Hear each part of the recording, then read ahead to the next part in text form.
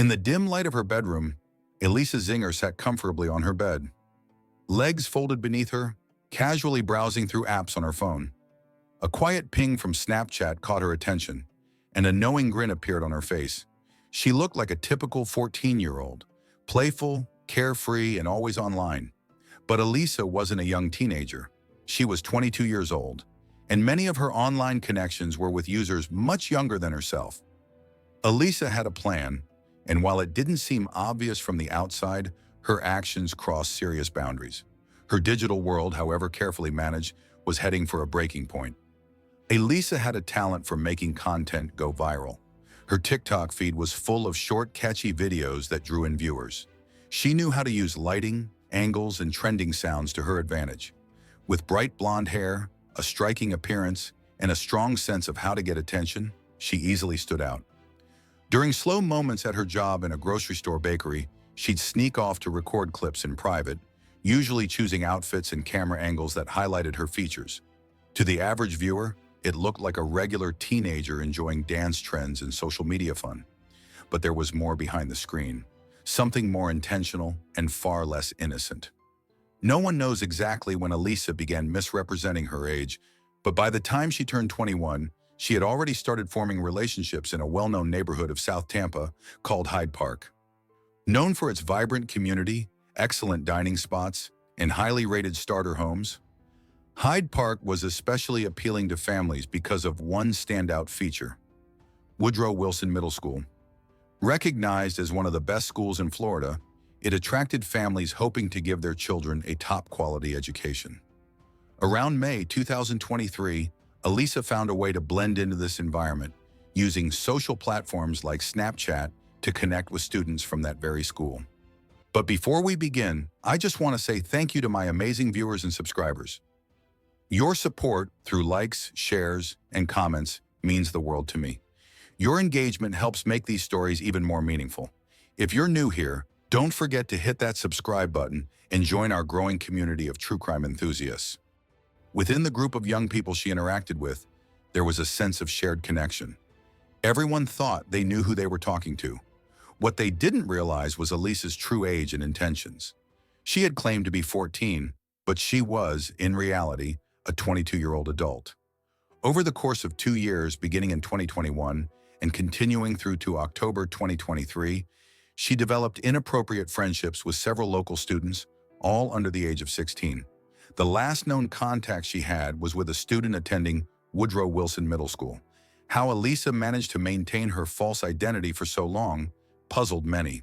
But the beginning of the end came during an unusual event at a Nordstrom store in late 2023.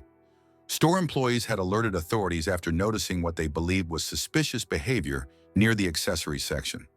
When officers arrived at the scene, they observed a youthful blonde woman accompanied by a male teenager. The two appeared calm and claimed they were in a relationship when asked about their connection.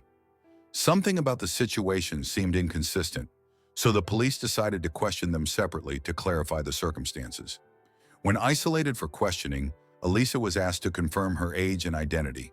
Without hesitation, she stated she was 14 years old and claimed her birthday was January 15, 2009. Officers ran a standard records check, but the system only returned one matching profile: a 22-year-old woman named Alysa Zinger, born in 2001. When confronted with this discrepancy, she immediately offered an explanation. She insisted she had a half-sister with the same first and last name, and that their records were frequently confused in databases. She elaborated that they had been raised in separate households, which she suggested might account for the administrative errors. For reasons that remain unclear, her account was accepted without additional verification at that time. The store ultimately chose not to press charges, allowing both individuals to depart without legal consequences. Unaware of the circumstances, officers didn't recognize they were speaking with someone maintaining a fabricated identity. Alysa had anticipated this scenario and developed prepared responses for such situations. Her composure during questioning prevented authorities from uncovering the truth during this encounter. This incident represented an established pattern of behavior rather than an isolated event. Alysa had engaged in similar interactions with multiple individuals through deliberate and sustained efforts. On at least one occasion, she successfully integrated herself into a victim's family circle. The parents maintained contact information they believed connected them to Alysa's relatives, demonstrating the depth of trust she had cultivated. While her appearance suggested someone slightly older than typical adolescents, the possibility of an adult intentionally posing as a teenager remained beyond most people's expectations. Alysa had always maintained careful control over her interactions, but by early 2023, her approach began evolving. She initially connected with a young individual through TikTok before transitioning their communication to Snapchat. Through this connection, she gradually gained entry into a broader social circle of Woodrow Wilson Middle School attendees.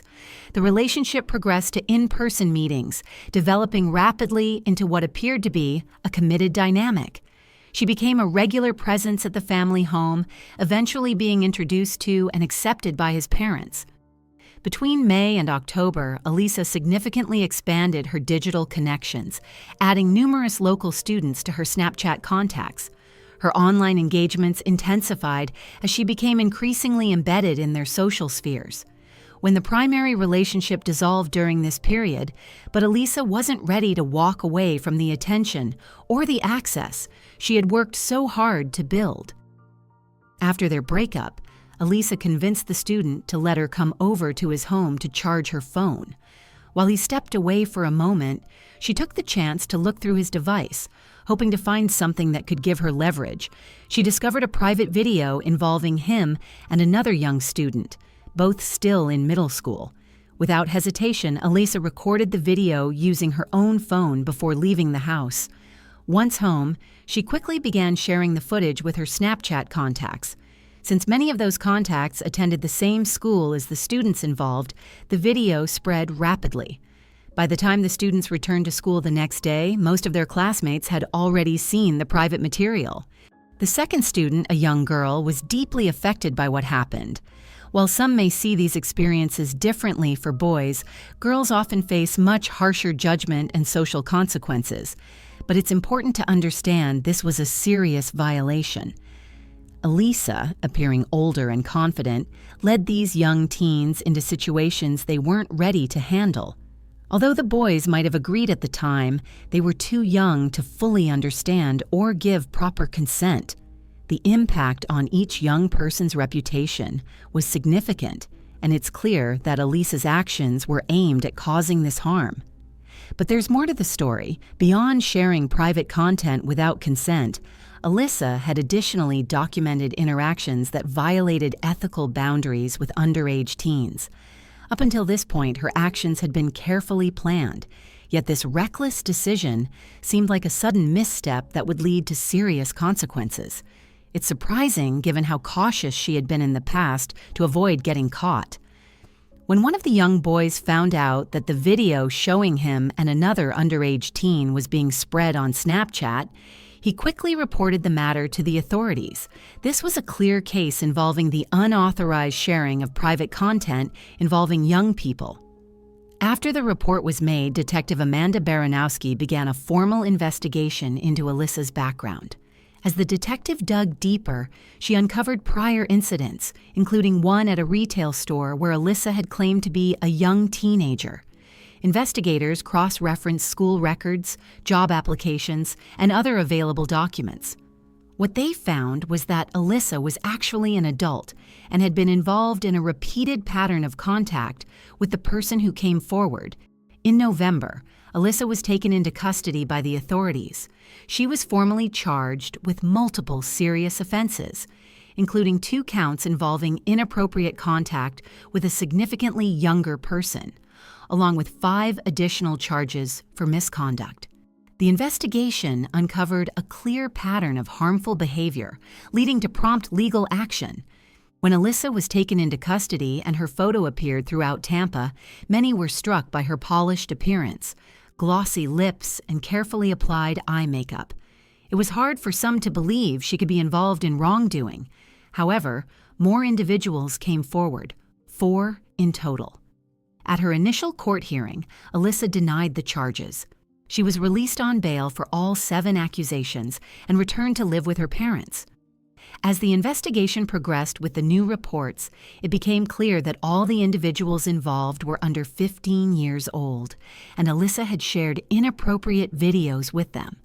After the second person provided solid proof, Alysa was arrested again. New charges were added, including 2 counts of inappropriate conduct, along with 2 counts related to distributing explicit material and online harassment. This time, Alysa was not granted bail and was restricted from using any electronic devices. Officers visited her parents' house to collect her cell phone as part of the investigation, and their interaction was recorded on body camera. Alysa's mother was not at home, but her father was there when the police arrived. He handed over a phone, insisting it was Alysa's, but it turned out to be an old device belonging to her mother. After examining the phone, investigators realized the father had been dishonest. When officers returned to the house, he explained that Alysa had lost her real phone. This attempt to mislead the police was considered tampering with evidence and played a role in the decision to deny Alysa bail. It raised questions about whether her parents were aware of the situation, though this remains unconfirmed. It's reported that Alysa's parents had communicated with one of the victim's parents following the Nordstrom incident. If that's true, they likely knew the victim's age, which raises further questions about what they understood regarding Alysa's actions. Alysa's parents have not been formally charged at this point, but authorities are actively investigating their involvement. This information was disclosed during the pre-trial detention hearing held in May 2024. During the hearing, Alysa's defense lawyer highlighted her history of emotional and developmental struggles, including experiences of bullying that had a serious impact on her self-confidence. The defense referenced an individualized education plan created by her high school, which was specifically designed to support her needs as evidence of these challenges. The defense seems to be building a case centered around developmental delays, possibly suggesting diminished capacity, or a similar argument to reduce Alysa's legal responsibility. However, it's important to consider that Alysa demonstrated clear awareness throughout these events. She intentionally targeted younger individuals and crafted a plausible story about her age, including choosing a date of birth that aligned with the identity she claimed. These actions suggest a deliberate and thoughtful approach, rather than confusion or impaired judgment, which complicates the defense's argument. At the hearing, Judge Laura Ward took charge of the case. Alysa argued that there was no concrete evidence showing she had recorded the explicit videos, so she claimed the charges related to distributing inappropriate content should be dismissed. Despite this defense, Judge Ward remained unwavering in her stance. She pointed out that Alysa still failed to acknowledge the seriousness of the situation. The judge stressed that Alysa was an adult during all these interactions. While the boys involved were clearly underage, Judge Ward firmly stated, "The facts show that you knowingly engaged with these boys as an adult. You took advantage of your position, exploited your position of trust, and caused them harm." The judge also highlighted Alysa's deliberate deception in pretending to be a 14-year-old who was homeschooled. This false identity allowed her to avoid any questions about why she wasn't attending a local school and helped her evade detection for a time. Alysa's behavior demonstrates a clear pattern of exploiting developmental vulnerabilities, no matter what explanations are offered about her mental state. Her court date is scheduled for next year. While no new offenses have surfaced since her initial arrest, there remains a chance that additional victims may step forward, revealing other past incidents. There is also ongoing scrutiny regarding her parents, who could face charges if found to have assisted in her attempts to avoid legal consequences. Yet a fundamental question remains unresolved. What led Alysa to engage in these inappropriate relationships with underage individuals? What psychological or social factors might explain why someone with apparent advantages would pursue such harmful connections? Behavioral analysts examining this case have identified a concerning pattern in Alysa's interactions. Rather than establishing healthy boundaries, she consistently positioned herself at the same developmental level as the underage individuals she contacted. Digital communication platforms became her primary tool for fostering these inappropriate connections, allowing her to bypass normal social safeguards. Online grooming is a widely recognized concern today, but it is uncommon to hear about cases involving someone like Alysa, a young, attractive woman who appeared to have many choices in adult relationships. This unusual situation underscores the serious risks associated with social media, especially as countries like Australia have introduced regulations limiting social media use for those under 16. These platforms have become environments where safeguards can be easily bypassed, making it harder to protect younger users. Society often views women primarily as caregivers or protectors, which makes it difficult for many to imagine them engaging in harmful or exploitative behavior. However, it is important to understand that those who cause harm or manipulate others can come from any background or appearance. Accepting this reality is essential for creating stronger protections and awareness to keep vulnerable individuals safe in today's digital world. The effects on those involved in Alysa's case are profound and long-lasting. These young individuals, still navigating early adolescence, experienced a violation of trust that deeply affected their sense of safety and well-being. The non-consensual circulation of private content amplified the psychological consequences for all involved, creating ongoing challenges as they work to heal. It's natural to question what factors might have influenced Alysa's actions. Did she experience difficulties or trauma in her own past that contributed to her behavior, or were her choices driven by other motivations entirely?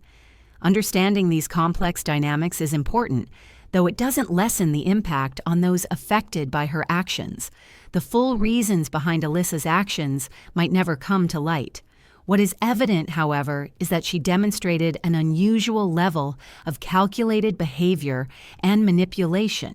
She carefully built a false identity, sustaining complex deceptions to avoid being caught. Even when questioned by authorities, she consistently presented convincing explanations, such as claiming to have a half-sister with the same name. Her quick thinking and ability to mislead investigators reveal a disturbing level of sophistication. As Alysa's trial draws near, she faces numerous serious allegations, including inappropriate behavior, handling of restricted content involving underage teens, distribution of such material, and harassment conducted through digital platforms. Should she be found guilty on all charges, the potential consequences include many years of incarceration.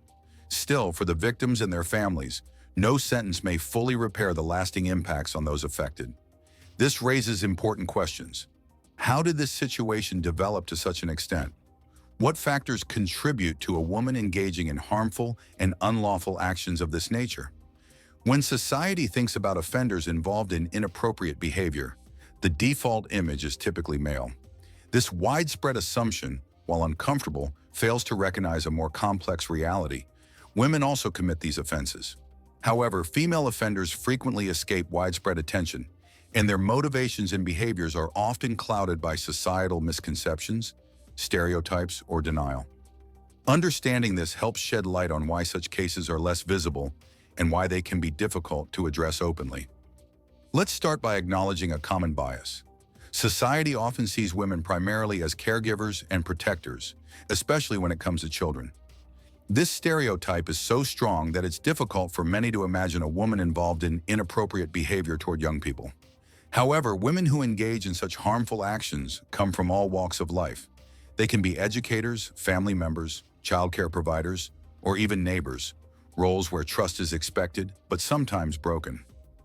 What's particularly concerning is that Alysa was already in police custody during the Nordstrom incident.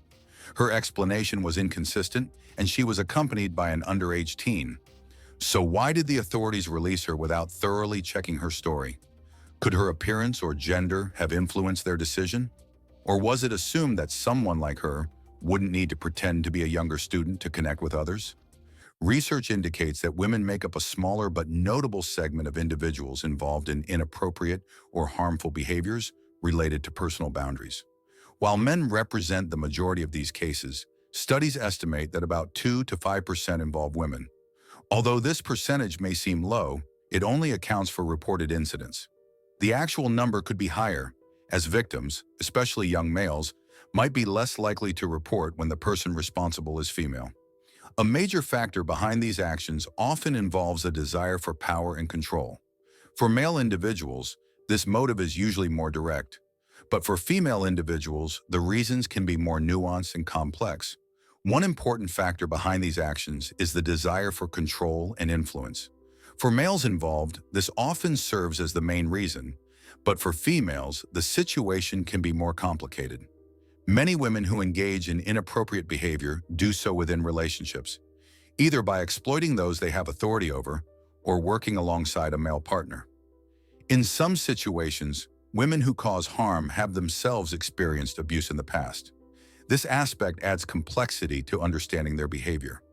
Studies show that a notable portion of these women have endured significant trauma, frequently including mistreatment during childhood.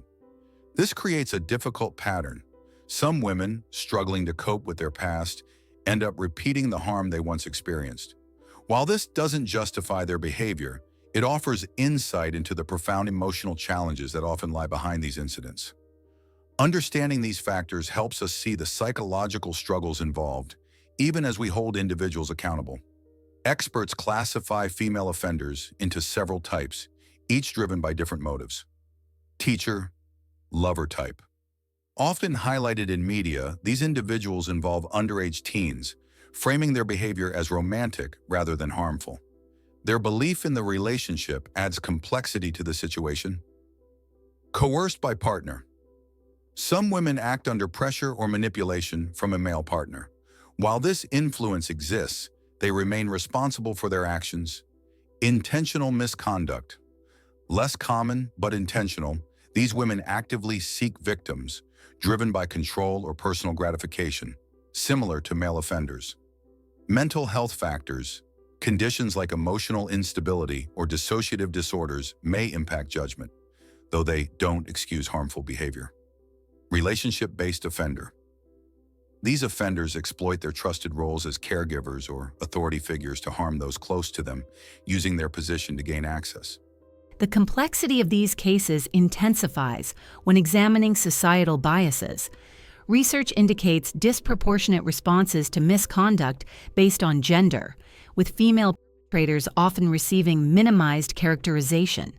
News reports frequently employ normalized terminology, such as inappropriate involvement, when describing these situations, potentially obscuring the severity of boundary violations. Conversely, male offenders consistently face more severe linguistic framing in media coverage and public discourse. This disparity in narrative construction directly impacts societal perception and institutional responses. Judicial outcomes reflect this imbalance, with sentencing data showing measurable differences in consequences for comparable offenses.